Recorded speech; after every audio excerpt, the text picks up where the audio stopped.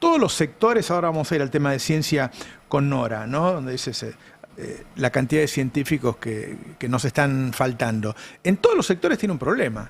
En todos los sectores tiene un problema. Y los sectores que se ven beneficiados por esto son muy pocos los ganadores. ¿Cuánta gente gana cuando haces una exportación de petróleo? ¿Cuánta gente gana cuando haces una exportación de gas? Muy poca. Muy poca. Contame, Nora, el tema de los científicos. Bueno, antes de pasar al tema específico de los científicos, te vengo con una noticia. A ver. Veo el futuro. Te puedo anticipar el futuro. A Reidel no le van a dar el premio Nobel. Ni a Reidel, ni a Milei, por supuesto. Se lo dieron a Corina Machado. A lo mejor si arreglan con Corina les da una fotocopia, claro, y se quedan contentos.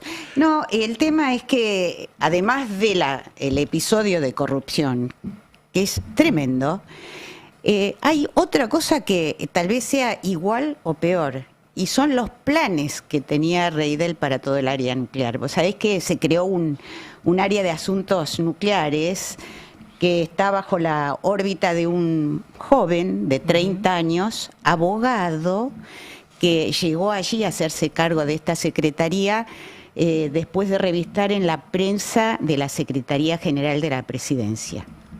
30 años, abogado, Federico Ramos Napoli. Bueno, ninguna formación en el área, pero está a cargo de los asuntos nucleares. Y llegó Reidel al tema nuclear, debutó así presentando un plan nuclear argentino que los investigadores que están en el tema dijeron, lo que menos tiene es que sea nuclear y argentino. Es más, alguno escribió una nota diciendo humo nuclear, porque era una carilla de una página nuclear, probablemente producida con inteligencia artificial, porque como todos sabemos, el señor Reidel estudió en el Balseiro, que es un instituto de excelencia, donde entra un grupo seleccionado de chicos y chicas en tercer año de las carreras de física, de ingeniería electrónica, etcétera. Pero después que se graduó, hace 30 años, porque tiene 55, se dedicó a las finanzas. O sea que del tema nuclear no está empapado. Pero además, ¿cuáles eran sus propuestas? Minería de uranio, que ayer salió un artículo en The Guardian diciendo nos quieren convertir en una colonia energética, pero que además está basada en una falacia. Por Argentina. Está bien lo de colonia energética, es un buen título, es cierto. Litio, pero está basado en falacias porque la Argentina no tiene tantas reservas de uranio, tiene para autoabastecerse y a lo mejor exportar, pero además como se finalizó la extracción de uranio, lo importa. Instalar una mina de uranio no es algo que se hace de hoy para mañana. Después llegó y dijo, no vamos a seguir con el CAREM, que era, no dicho por nosotros, dicho por la Agencia Internacional de Energía Atómica, el prototipo de pequeño reactor nuclear, que es una nueva tecnología a la que apuestan ahora todos los países. Lo detuvo, estaba avanzado en 2/3 partes o 3/4 partes, lo detuvo para optar por otro modelo, que era un modelo que solamente estaba en unos planes que había patentado INVAP, lo patentó, no lo había lo patentó en Estados Unidos en una asociación con una compañía privada, pero que no era más que eso, el diseño. Era un plan contra lo otro que estaba ya. Un plan para desarrollar que bienvenido sea, pero que tiene, 10 años por delante, por lo menos. Este estaba a punto de terminarse y el prototipo más avanzado construido, porque en general en el resto de los países, mucha planificación, ingeniería, etcétera, pero construcción, cero. Y qué casualidad, justamente lo detienen cuando hace unas semanas Trump firmó con la Westinghouse un convenio por $80.000 millones. ¿Para qué? Para producir pequeños reactores modulares. Mirá.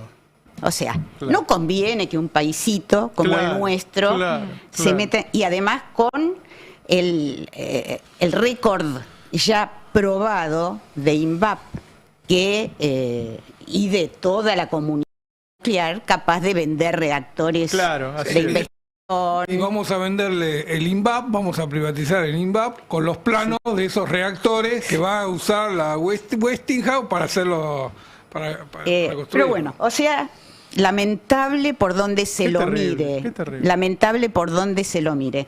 Y con respecto a la sangría que está sufriendo el sistema científico, es tremendo. Y trabajo tras trabajo, EPC, Economía, Política y Ciencia, que se dedica a analizar los números, todos los trabajos están hechos sobre números oficiales, o sea, ahí no hay discusión, y de hecho nadie los desmiente.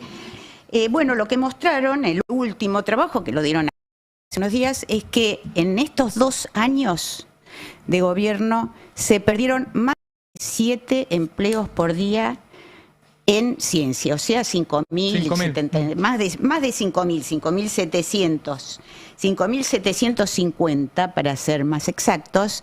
Tenemos una placa, la placa 2, que muestra cómo bajó el empleo en ciencia, tanto en los organismos del Estado como en empresas, institutos, y allí vemos cómo se perdieron esos 5.700 empleos. Y después vemos una placa, la placa número 3, que se ve organismo por organismo los puestos que se perdieron. Por ejemplo, el que está al tope, porque también es el organismo más importante, es el CONICET. No son todos de la misma índole, no son todos investigadores, son 700 investigadores, un poco más de 700 y 1.306 becarios, porque van cayendo las becas y no se dan nuevas becas.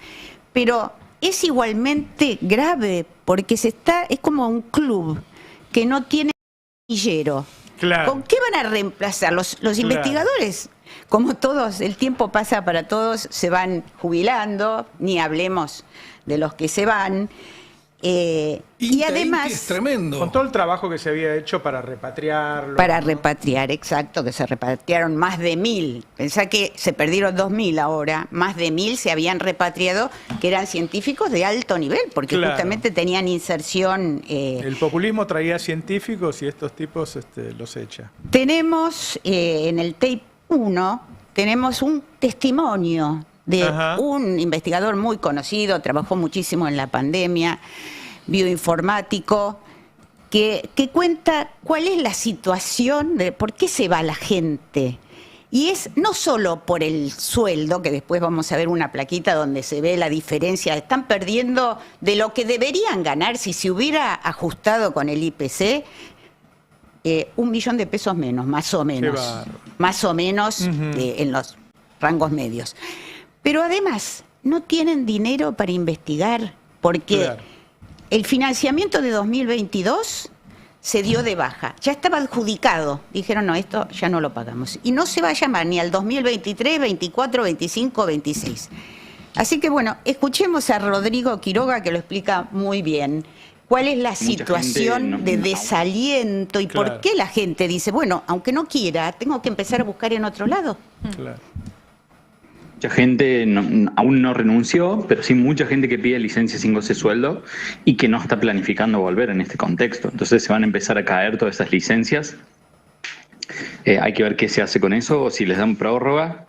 Pero la verdad es que la situación es dramática. Digamos, las perspectivas futuras son muy malas. No conseguimos becarios, nadie quiere ser becario doctoral por los montos que se pagan hoy. Y no solo por eso, sino porque no ven futuro, ¿no? En la carrera científica. Y lo mismo pasa incluso con los becarios doctorales que hoy están finalizando su doctorado.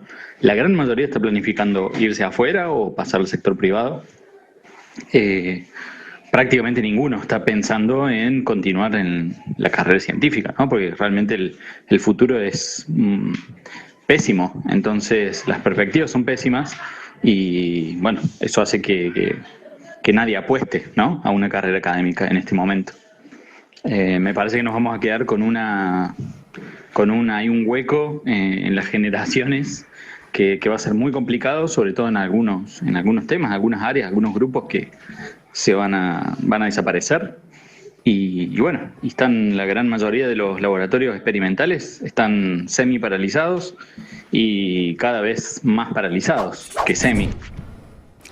Sí, porque además lo que dice Rodrigo, y es lo que sabe todo el mundo, es que vos podés estar un año sin financiamiento, no podés estar 6, 7 años sin financiamiento. Claro. Y suponiendo que fuera todo bárbaro, en el 2027 finaliza este gobierno, asume otro que quiere reconstruir. El llamado para financiamiento sería en 2028. Claro. No se adjudicaría el financiamiento hasta 2029.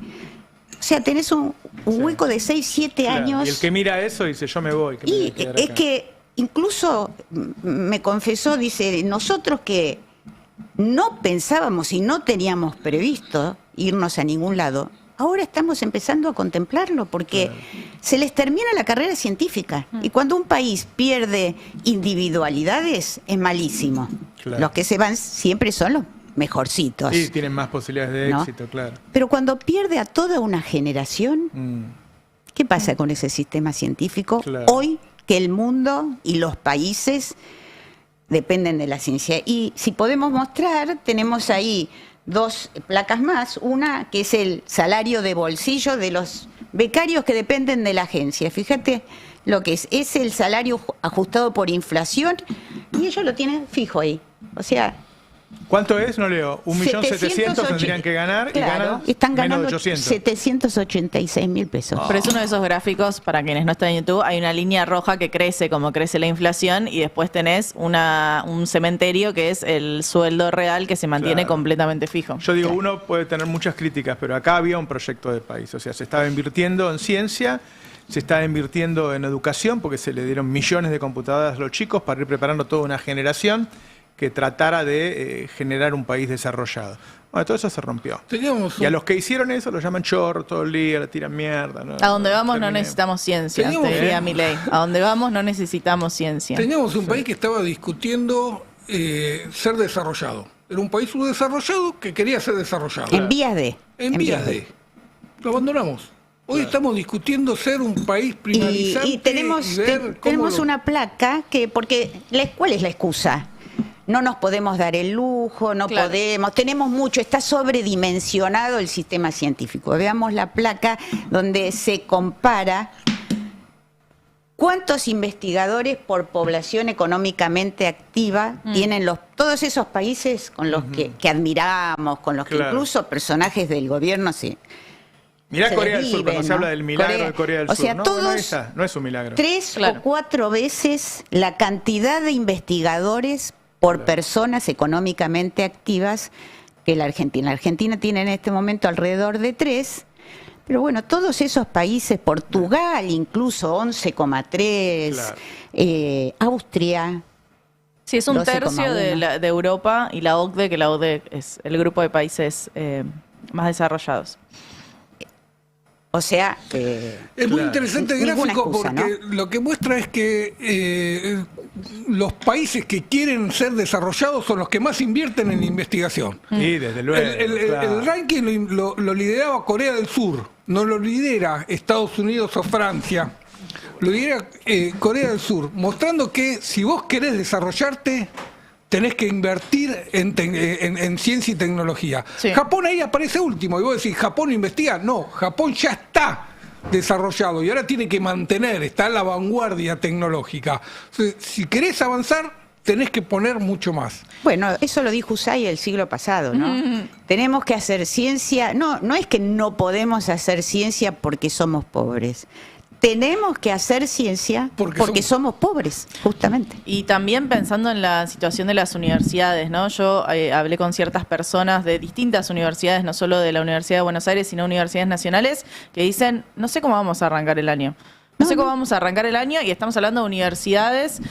Hablo de la Universidad de Avellaneda, por ejemplo, que tiene frenado el ascensor para personas con discapacidad o motricidad reducida. Lo tienen parado hace 8 meses porque no lo pueden costear. Entonces son infraestructuras donde ya ni siquiera son, no permiten que cualquier persona vaya a estudiar, porque si vos tenés una discapacidad, bueno, tenés que hacer toda una burocracia para que tu aula te quede abajo, porque la universidad no tiene plata para mantener el ascensor, que lo tiene, existe, pero no tiene plata para mantenerlo.